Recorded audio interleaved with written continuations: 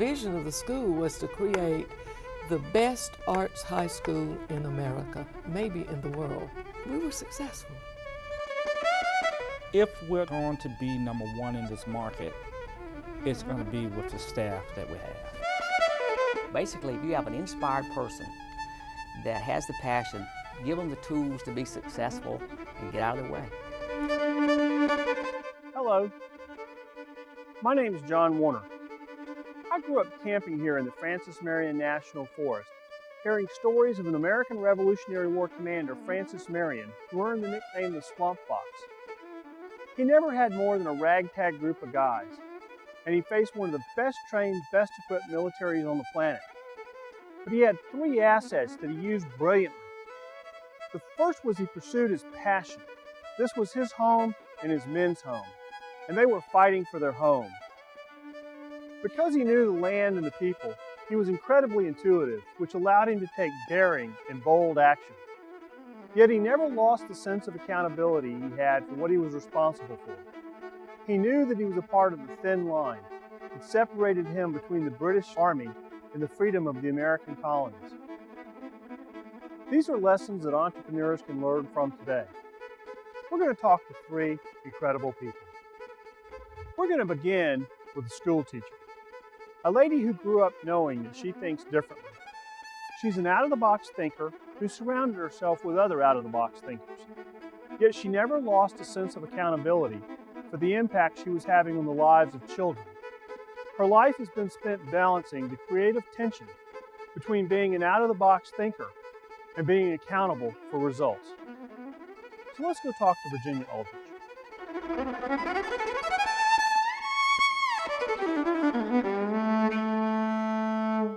Where'd you grow up?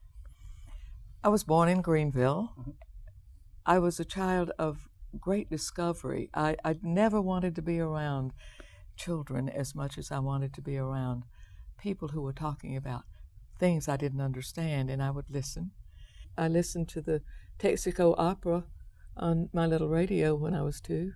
My mother thought I was kind of kooky, but, you know, I was a difficult, I was not a bad child, but I was a difficult child to rear. I know, I must have been, because I just didn't do things the way most children did things. My mother took me to church every Sunday, and I was taught behavior and appropriate manners very early in my life. And somehow she instilled into me, as did my grandmother and my extended family, if you really want something in your life, you have to make it happen. You have to believe it can happen. You have to surround yourself with the people that you meet and you know that are really successful.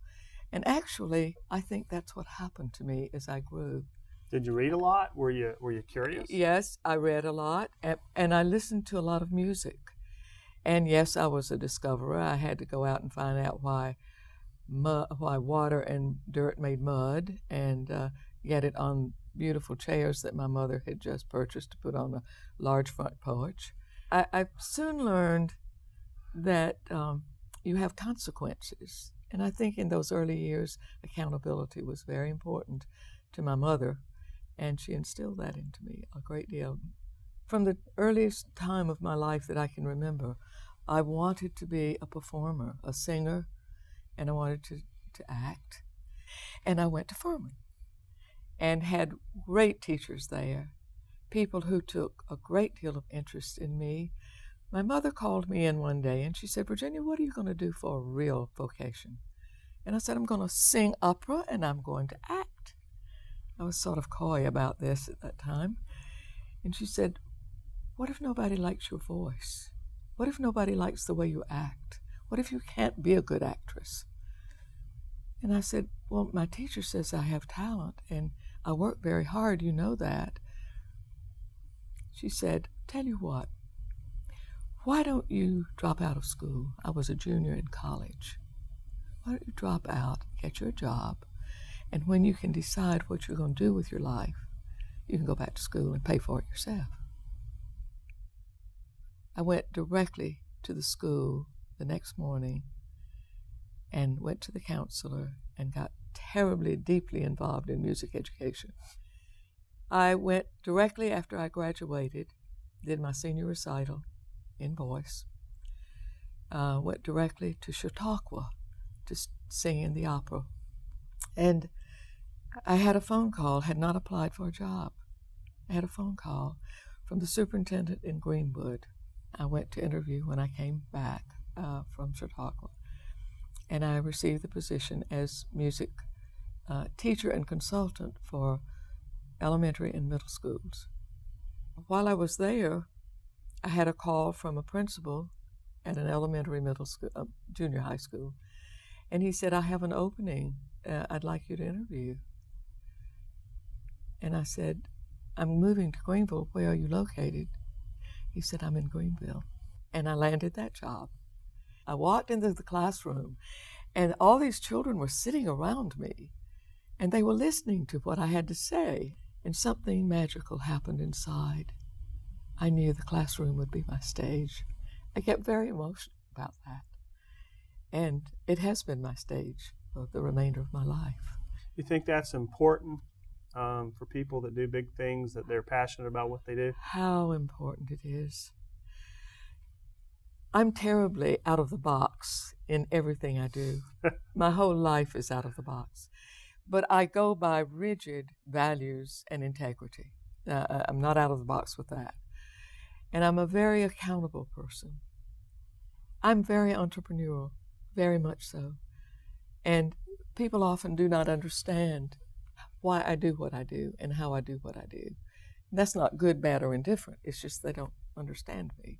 And I've had to explain myself all of my life. Where does the vision start to come from? I think it started when I first started teaching, Mm-hmm. but I didn't know it. Mm-hmm. And I think that it really started that year when I saw the talent developing in those young, talented singers. What was the beginning of what became the Governor's School? Floyd Hall had this marvelous vision about what education ought to be, and having had a wonderful experience in Evanston, Illinois with the arts and what music and arts could do for children. And when he came to Greenville County, he was able to infuse that energy and that vision into what was a part of his leadership. And I was placed on the 5-year goals committee. Certainly wasn't the chair, but I was on the committee, and boy, did I take advantage of that. And we included in that we would create an magnet arts high school for Greenville County high school students in the 5th year of our goals. That was the Fine Arts Center. Yes. In Greenville. And the school opened, the board voted for that, except for one member, and it became the first arts magnet high school in South Carolina. We researched everything in America that was going on in the arts and talked to really dominant, extraordinary people in the arts, and got the vision of what it ought to be. In 1974, after renovating the school and getting everything started and hiring the teachers, we did a national search. We did a recruitment, and we did auditions. We were looking for artist teachers. We were looking for people who were outstanding performing and visual artists, literary writers, drama teachers who were actors and designers, costume designers, technical directors, and who had a great background in their academic work as well, artistic and academic work. And we formed that school on artist teachers concept. Now, how are you convincing them to come here? Wasn't money, but it was selling them an idea that they could develop and become what they wanted to become as a teacher, using their artistic talents and instilling into the students and into our future leaders what they had, selling them on what they had to bring to this community. And we got some great people. The school opened in '74. We had a wonderful growth. In our 2nd year, we had a student who called me to attention that he didn't like the design program. And it broke my heart. It hurt my feelings. I didn't know what to do. And I said, but his name's Martin Cooper. I said, Martin, why don't you like the design program? He said, I want to be a fashion designer, and these are just principles of fashion, of design. And I said, but they are transferable across every spectrum of the arts, and in other areas as well, architecture. And he said, could I do my project in fashion design? And I said, as far as I'm concerned, ask your department chair. And he did it. And he did an incredible job. He got fabric, he made patterns, he did all these things, he did designs. Today, he is the vice president of Burberry's of London, and has been a fashion designer for Calvin Klein, for Ellen Tracy, all the upscale designers. He's one of the most eminent designers in America because it was so successful. That's where I got the idea that we needed to go statewide on the concept of the Fine Arts Center. And you took it to Dick Riley. Who was Yeah, Dick I took Riley? it to Dick Riley. He was governor of South Carolina. He had stomped on education, the penny for education, and also he had put into education a requirement for arts education. One of the first things he said to me, you have to take these children to the mountaintop. You can't let them fall back. You have to build relationships. You have to build opportunities and partnerships with the business community. Was he right about building relationships? Absolutely. There's no way to get what you want accomplished in life if you don't build relationships. You can't do anything by yourself. I'm not the person who built the governor's school. It took an army of great leaders, and it took an army of political leaders. Yes, I had an idea of having a school that would train artistically gifted children because I had no training when I was a child. There were no arts in the schools. I had an idea that there was a better way to teach people. But the vision came in a comprehensive way. You think that's an experience that most entrepreneurs go through? It's kind of learning what they're doing? I can't speak for others, but I think you're born with something that is always questioning why things are as they are and how can they be better. You're always questioning that. And you always, in interviewing people for positions in schools like have been developed, you have the opportunity in this school to go into areas that you've never, ever discovered. How are you going to do that? Are you looking for passionate people? People that are passionate about what they do? Oh, absolutely. People who are dull can never, ever instill into human existence something wonderful. People can't be dull in their lives. They have to be exciting and excited about what they're doing. You have to set your sights, build your goals, and have your plan, and have a mission, and achieve it. And where does it come from? Well, I can't tell you. I don't know. I just told you it came from a lot of people. It came from the conglomerate vision that came from a lot of people who bought into the idea that we needed to educate artistically gifted children. Yes, I had that idea. But idea. And then the vision developed as we developed, well, what do we need? What do we need in this school? How do you get this school? What's important about it? The vision of the school was to create the best arts high school in America, maybe in the world, to become the best in the world. And we were successful. We are one of two of the finest dance training programs in the world, a school of its size and the number of students served. Our teacher is one of three people winning the Nijinsky Prize, the head of the dance department. One was Neriev, one was Baryshnikov, and then Stanislav Isaev. How do you get people like this? How do you get the teachers to do this? First of all, they have to be outside the box. So you have a talented team of people. How do you make sure that the school runs the way you want it to run?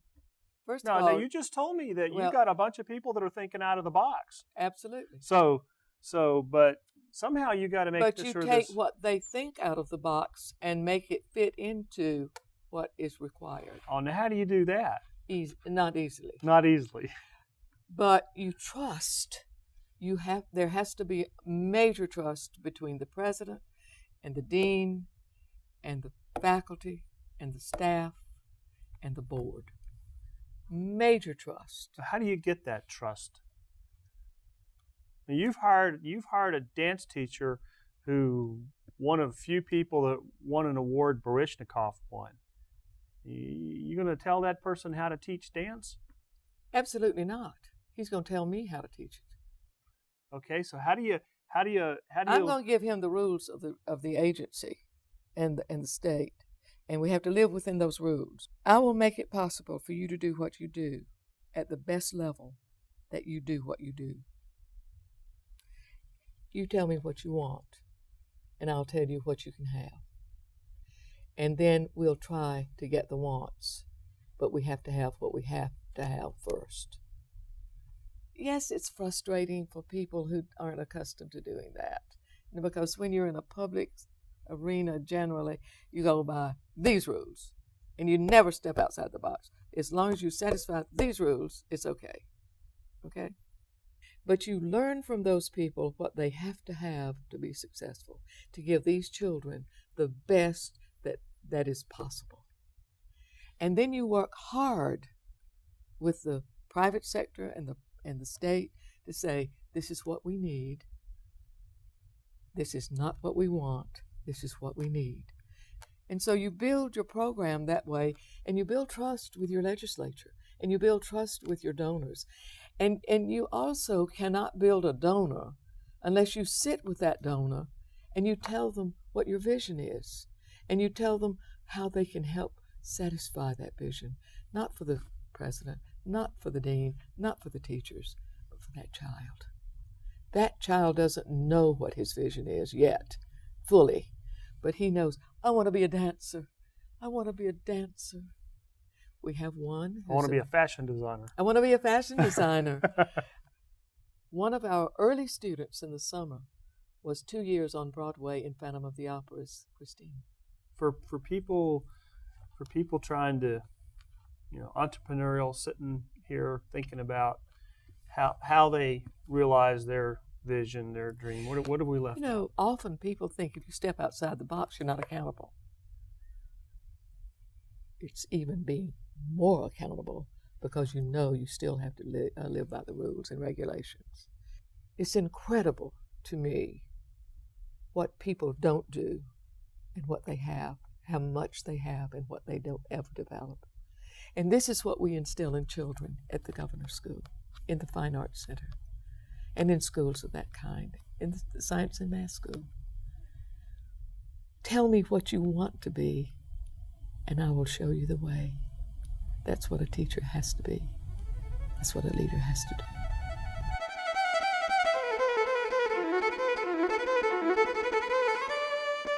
Outstanding leaders do what Virginia Uldrick did. They surround themselves with outstanding leaders who can think outside of the box in delivering what we have to have.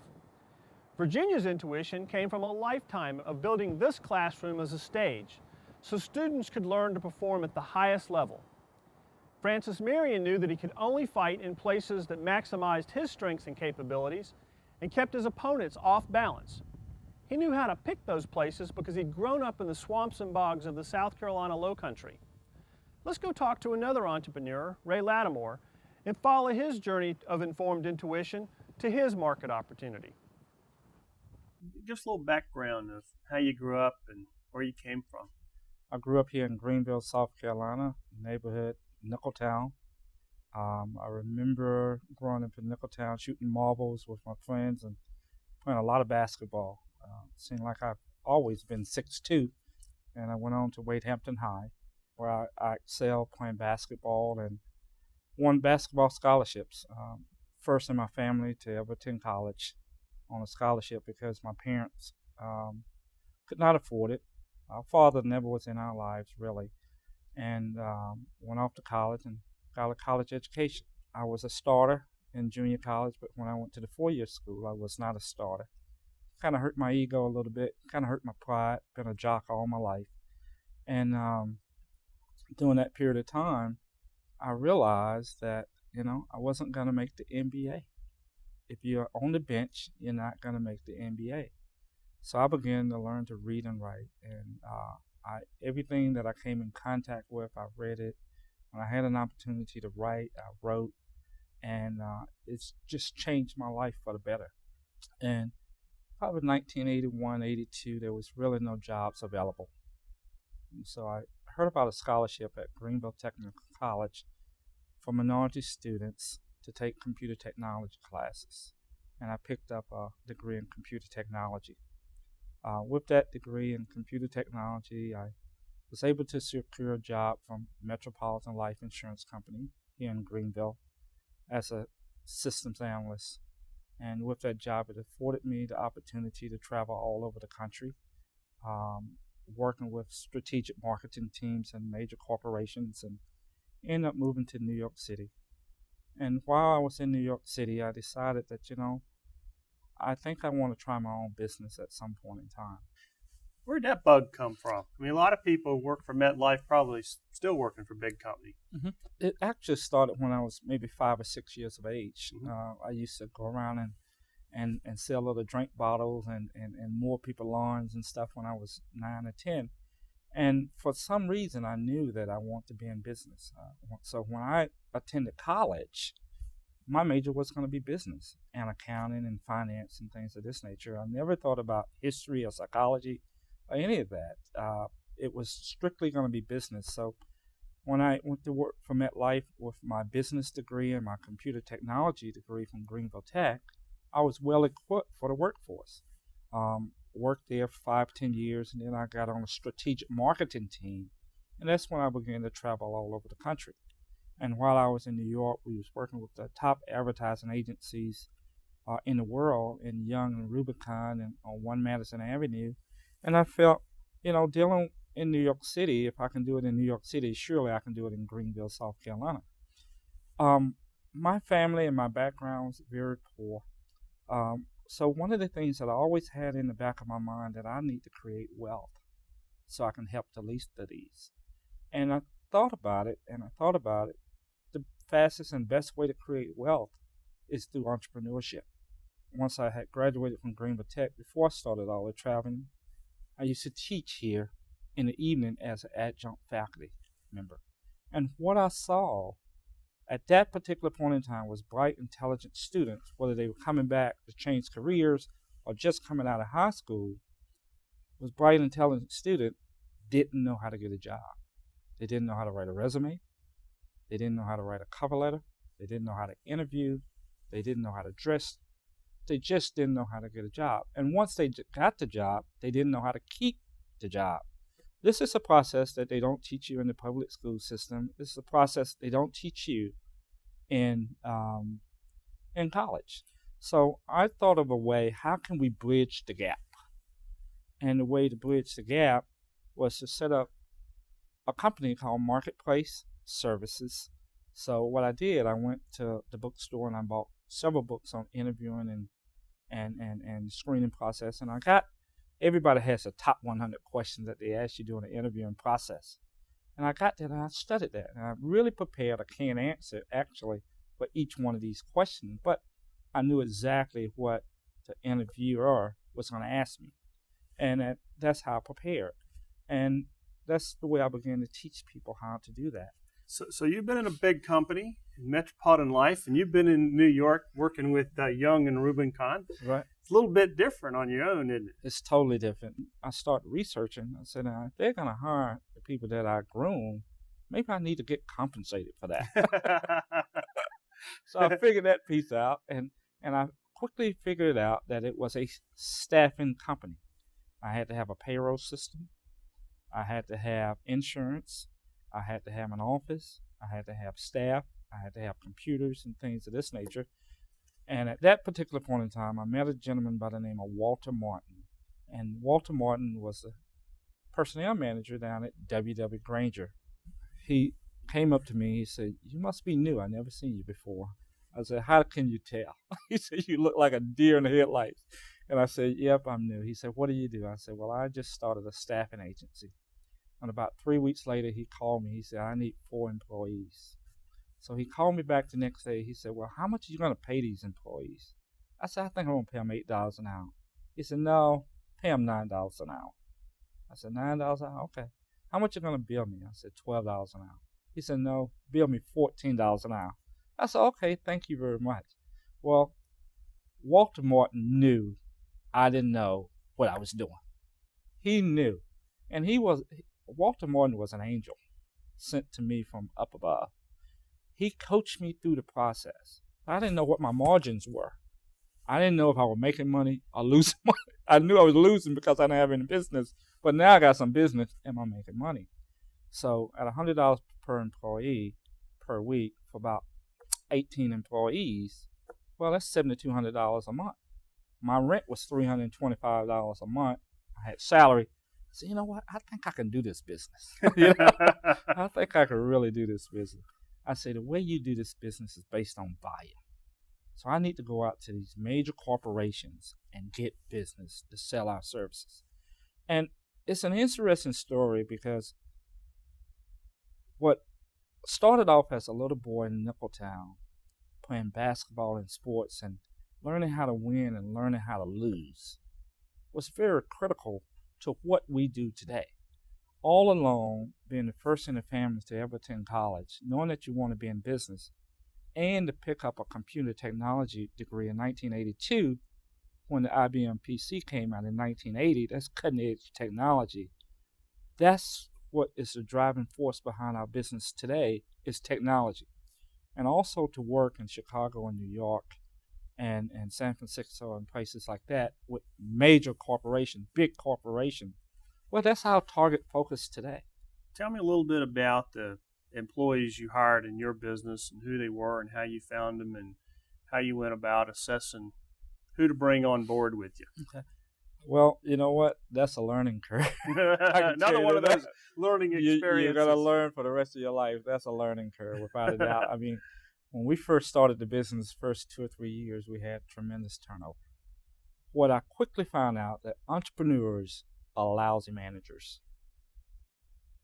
They are lousy managers because they think so far outside of the box that most people think along the norm. So, and entrepreneurs' expectations are so much greater than just the common person. They make lousy managers. I'm a great individual to build a relationship with and go out and get business from a major corporation. I was great at the technology piece, and I was great at the financial piece, looking at a balance sheet and P&L statement. But when it comes to managing people, I didn't do a very good job of that because they need you to be there. They need you to coach them. They need you to lead them. They need you to build that relationship with them. Once I hired an individual to manage the operation and let me go do the finances and get additional business and work in the community, marketplace began to flourish. So what are you looking for when you bring somebody on board, when you go hire somebody? What are you looking for in that person? We're looking for excellent customer service skills to treat individuals the way you want to be treated. And we're looking for people that are bright, intelligent, sharp, and smart. Kind of people that are passionate about what they do, kind of inspired individuals. That's our number one question. What are you passionate about? Yeah, what do you enjoy doing? Why is that your number one question? Because if I'm going to hire someone as a janitor, okay, and I interview 10 people and I put down a sheet of paper on the floor, I guarantee you 8 of the individuals will walk past that piece of paper. Maybe 1 or 2 may pick